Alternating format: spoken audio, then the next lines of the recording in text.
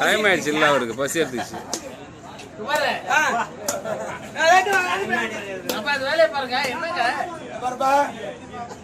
இப்ப நடக்கிற தேர்தல்ல பரோட்டா எப்படி தட்டுறோமோ அந்த மாதிரி மோடியை தட்டணும்.